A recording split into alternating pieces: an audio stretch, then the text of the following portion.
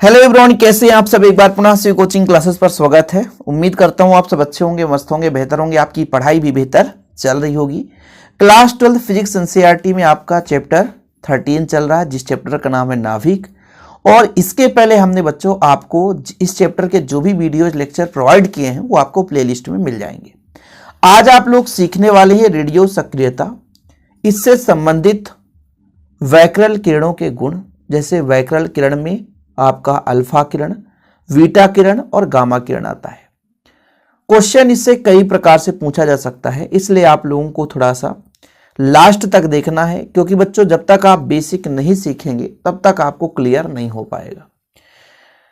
और जो क्वेश्चन बनता है एक अल्फा, बीटा और गामा किरणों के गुणों के बारे में, ठीक है, तो चाहे आपका अंतर पूछ दिया जाए, चाहे इनके गुणों की तुलना पूछ दी जाए, या तो अल्फा किरण के गुण पूछ दिए जाए, या तो बीटा किरण के गुण, या तो गामा किरण के गुण, किसी भी प्रकार से क्वेश्चन पूछा जाएगा आपसे बनेगा। लेकिन कब? जब आप आज के इस लेक्चर को लास्ट तक देखेंगे। ज्यादा समय नहीं लेंगे बच्चों, चलिए शुरू करते हैं। रेडियो एक्टिवता की खोज किसने की? हेनरी वैक्यूल ने सन 1896 में। पहला ऑब्जेक्टिव आप लोगों को तैयार करना है कि सर्वप्रथम ये रेडियो सक्रियता या रेडियो एक्टिवता, चाहे आप रेडियो सक्रियता की बात करें चाहे रेडियो एक्टिवता की बात करें, रेडियो एक्टिविटी इंग्लिश में हो जाता बच्चों, और फिर हिंदी में रेडियो सक्रियता या रेडियो एक्टिवता। इसकी खोज किसके द्वारा? सन 1896 में हेनरी वैक्यूल के द्वारा की गई। कि रेडियो सक्रियता है क्या? रेडियो एक्टिव पदार्थ से स्वतः विकिरण का उत्सर्जन रेडियो सक्रियता कहलाता है, रेडियो एक्टिविता कहलाता है। उन्होंने बढ़िया सा एक प्रयोग किया। जैसे यहां पर आप देखो, एक लेड ब्लॉक ले लिया और उसमें रेडियो एक्टिव पदार्थ रखा, और इसमें से देखा कि भाई यहां पर प्लस माइनस चार्ज लेकर कि यहां पे कुछ किरणें निकल रही हैं जो कि सामने फोटोग्राफिक प्लेट को प्रभावित करते हैं। और उन्होंने पुष्ट किया कि रेडियो एक्टिव पदार्थ जो होते हैं, रेडियो सक्रिय पदार्थ होते हैं, इनसे स्वतः ही कुछ किरणें निकलती रहती है जिनकी भेदन क्षमता बहुत ज्यादा होती है और ये फोटोग्राफिक प्लेट को प्रभावित करते हैं। ये जो परिघटना बच्चों वो कहलाता है रेडियो सक्रियता, रेडियो एक्टिवता। और जो आप पदार्थ लिए थे, जिस पदार्थ से ये विकिरणें उत्सर्जित होती हैं, उन्हें बोला गया रेडियो एक्टिव पदार्थ या रेडियो सक्रिय पदार्थ। ठीक है, ये चीज आप लोगों को थोड़ा समझना है कि सर्वप्रथम इसका प्रयोग किसने किया था? 1896 में हेनरी वैक्यूल के द्वारा दिया गया।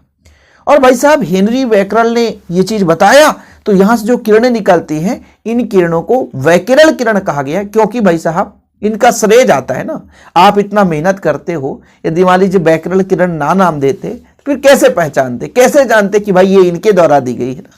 तो इन्हीं के नाम के आधार पर वैक्यूल किरणें नाम दे दिया गया।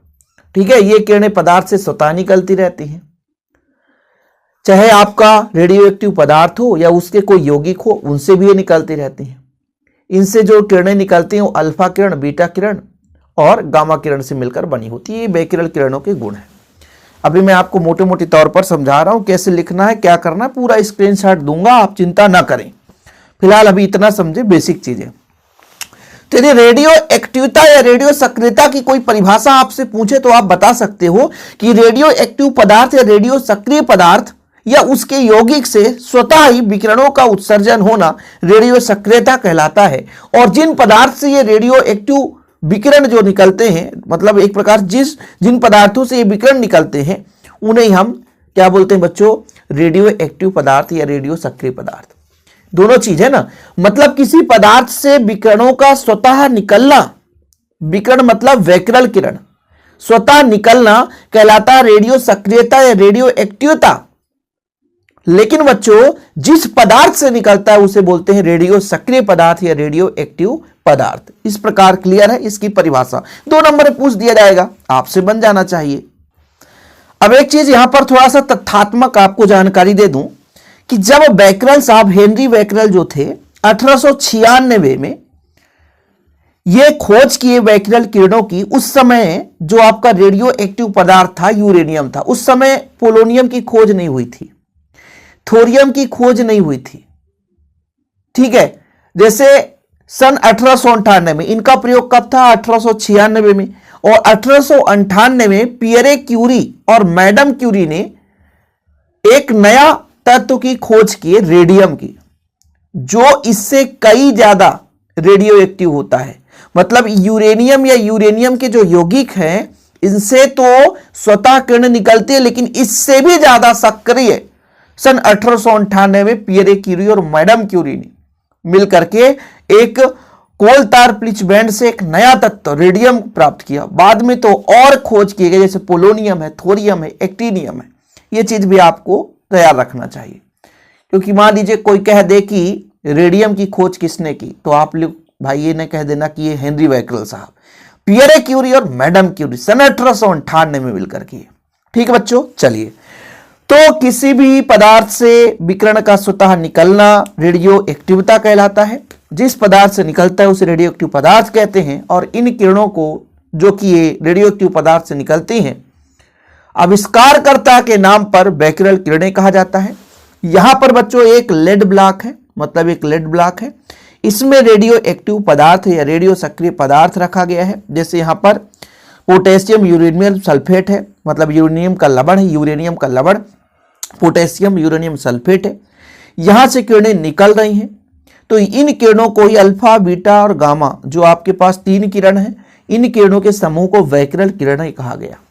आप लोगों को गुण लिखना, लिख लें। कुछ चीजें यहां पर नहीं लिखा है तो आप लिख लें कि ये किरणें स्वतः ही निकलती हैं। पहला लिखो बैकुरल, बैकुरल लिखा मिल जाएगा, या बैकेरल, आपको जो लिखना लिख सकते हैं। बैकुरल, वैक्यूरल भी, तो अलग अलग बुक में अलग अलग नाम लिखा रहता है। तो वैक्यूरल किरणों के गुण, पहला नंबर, ये किरणें पदार्थ से स्वतः निकलती हैं अपने आप, कोई धक्का नहीं, कोई मारपीट नहीं, भैया बोले हम खुद चले जाएंगे। दूसरा, रेडियो एक्टिव पदार्थ के सभी यौगिकों से किरणें निकलती हैं। ऐसा नहीं कि यूरेनियम बस से, यूरेनियम का कोई भी लवण होगा, कोई भी यौगिक होगा, उससे भी ये किरणें निकलेंगी। ठीक है, कोई दिक्कत तो नहीं है। इन किरणों पर पदार्थ के ताप तथा अन्य यौगिकों के रासायनिक अवस्थाओं का कोई प्रभाव नहीं पड़ता। ये बोले हम निकल रहे हैं, आप जो करना हो करो, इससे मतलब नहीं है।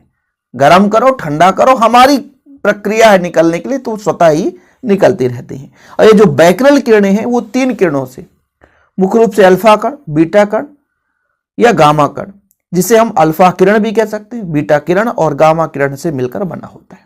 तो 4 गुण आप लिख लिए कि ये किरणें स्वतः उत्सर्जित होती हैं, ये किरणें रेडियोएक्टिव पदार्थ की यौगिकों से भी उत्सर्जित होती हैं, इन पर किसी ताप का प्रभाव नहीं पड़ता या अन्य भौतिक या रासायनिक अवस्थाओं का कोई प्रभाव नहीं पड़ता। बैकरेल किरणें अल्फा, बीटा, गामा किरणों से मिलकर बने होते हैं। चीजें क्लियर? अब इनके प्रयोग को समझाते हैं बच्चों।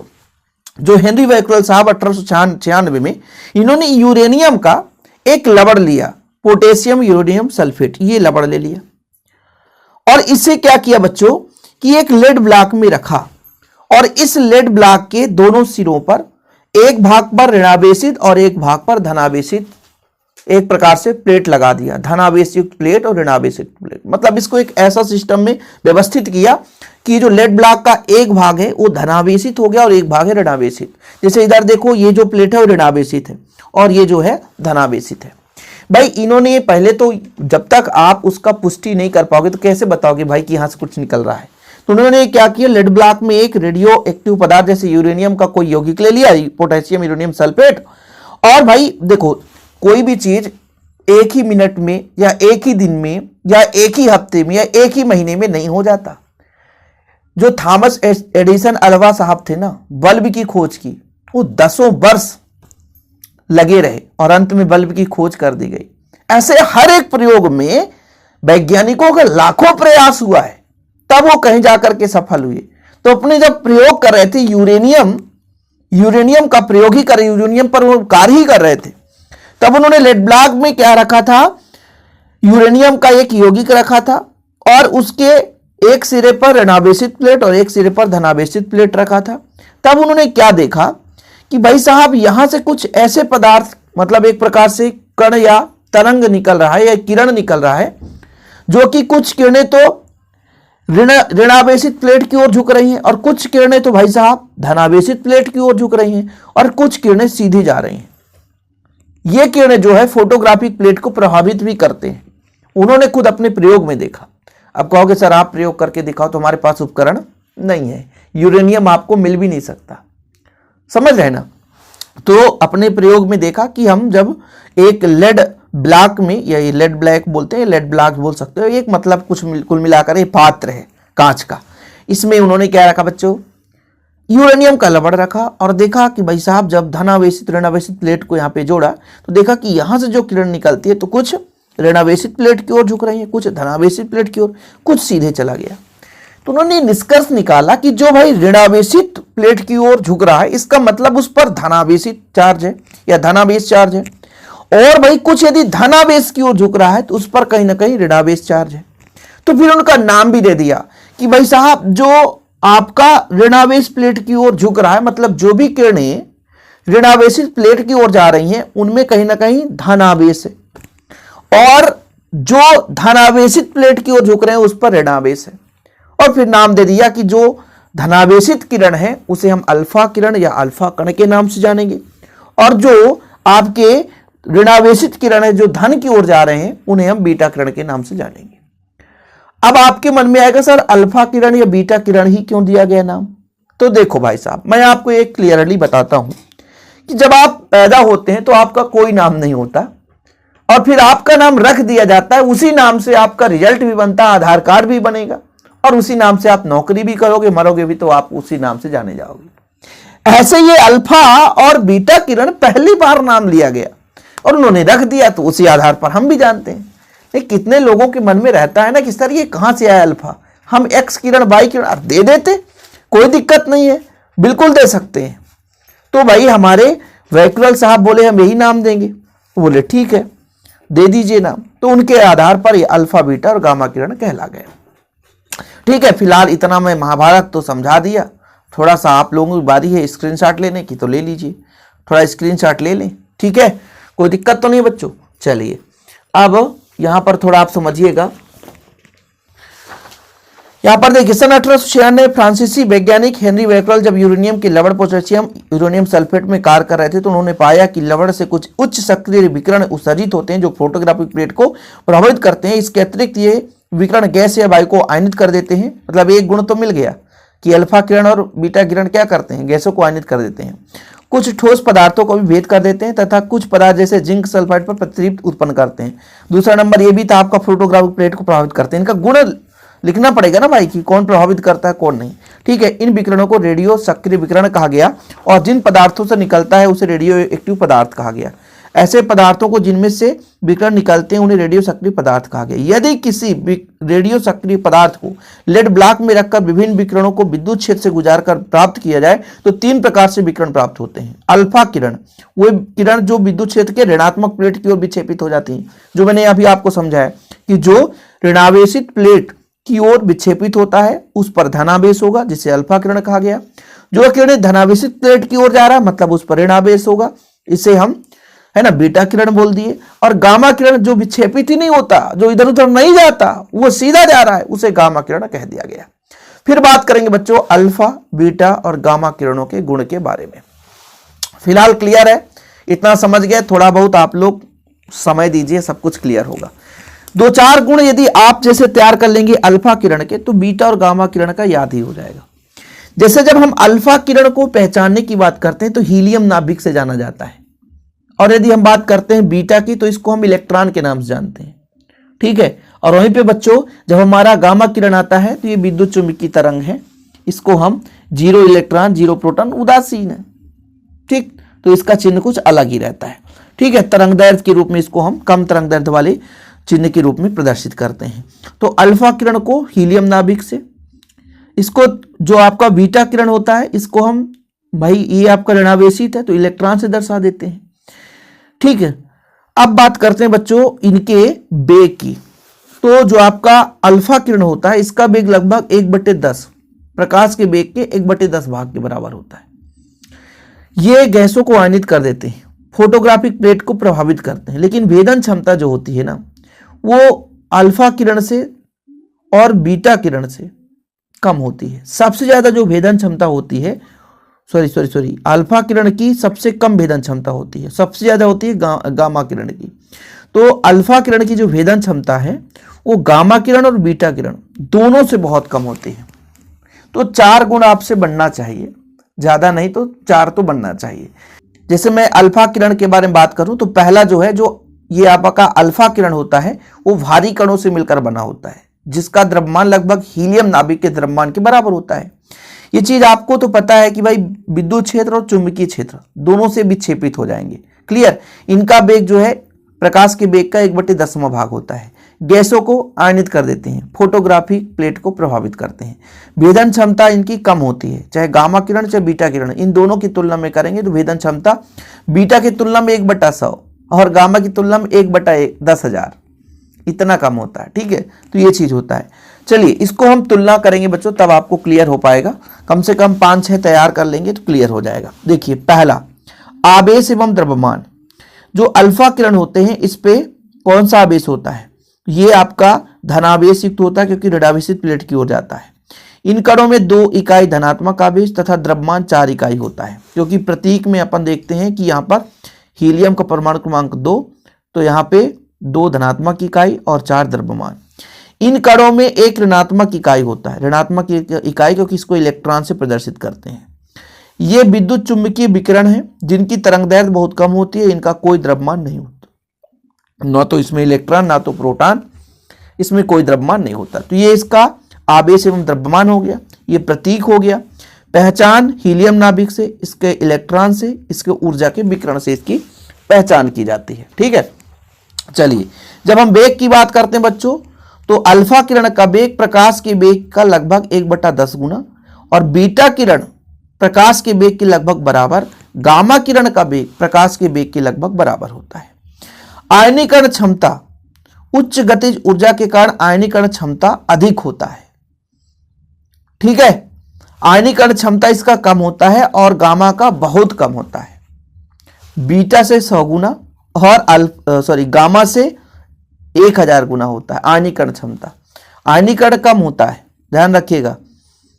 आयनीकरण क्षमता अल्फा किरणों की अधिक होती है और भेदन क्षमता कम होती है, एक दूसरे के अपोजिट है। जैसे यहां पर देखिए गामा किरण है, इसकी आयनीकरण क्षमता बहुत ही कम है, लेकिन इसकी जो भेदन क्षमता है ना बहुत ज्यादा होती है।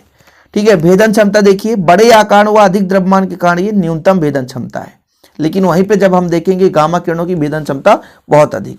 ठीक है, यहां पर स्क्रीनशॉट ले लेना बच्चों। अल्फा किरण इसकी आयनीकरण क्षमता अधिक है जबकि भेदन क्षमता कम है।